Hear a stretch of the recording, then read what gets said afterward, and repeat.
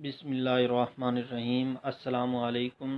Health wines में आप सबको खुश आमदीद। दोस्तों, मैं हूं डॉक्टर मोहम्मद इमरान और आज की इस वीडियो में मैं आपको कोरोना वायरस के बारे में कुछ इन्फॉर्मेशन देने जा रहा हूं। अभी हाल ही में कोरोना वायरस की एक नई किस्म चाइना के शहर वुहान में दरियाफ्त हुई है, जिसकी वजह से तकरीबन 81 लोग लुकमा अजल बन चुके हैं और 3000 से ज़ायद लोगों को इसने मुतासिर किया हुआ है।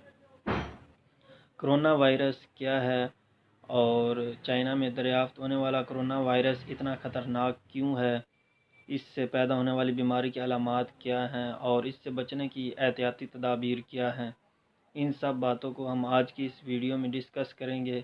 लेकिन इससे पहले अगर आपने मेरे चैनल को सब्सक्राइब नहीं किया तो मेरे चैनल को सब्सक्राइब कर लें और साथ ही बेल आइकन पर क्लिक कर दें ताकि आपको मेरी मज़ीद आने वाली वीडियोज़ का नोटिफिकेशन मिलता रहे। फ्रेंड्स, कोरोना वायरस की एक पूरी फैमिली का नाम है। इसे कोरोना वायरस इसलिए कहा जाता है क्योंकि अगर इन्हें माइक्रोस्कोप में देखा जाए तो इसके ऊपर क्राउन की शक्ल के उभार नज़र आते हैं। यही वजह है कि इसे कोरोना वायरस का नाम दिया गया है।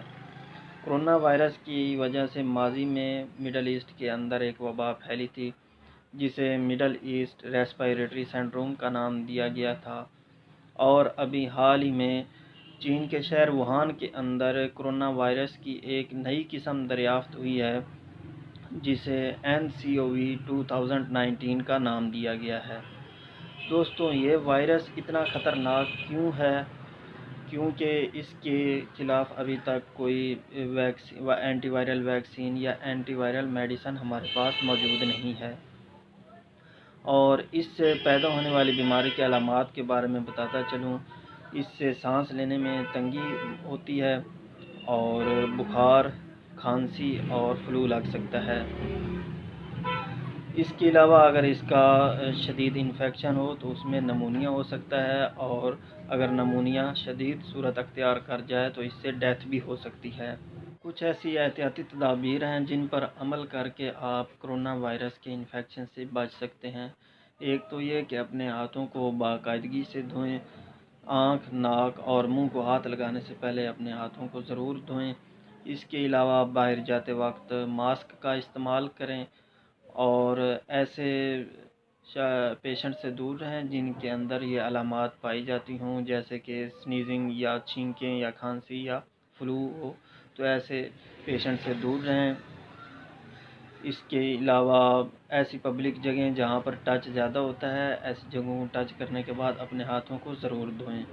तो इन सादा सी एहतियाती तदाबीर पर अमल करके आप कोरोना वायरस के इन्फेक्शन से बच सकते हैं। अब बात करते हैं कोरोना वायरस के इन्फेक्शन क्या पाकिस्तान में भी हो सकता है।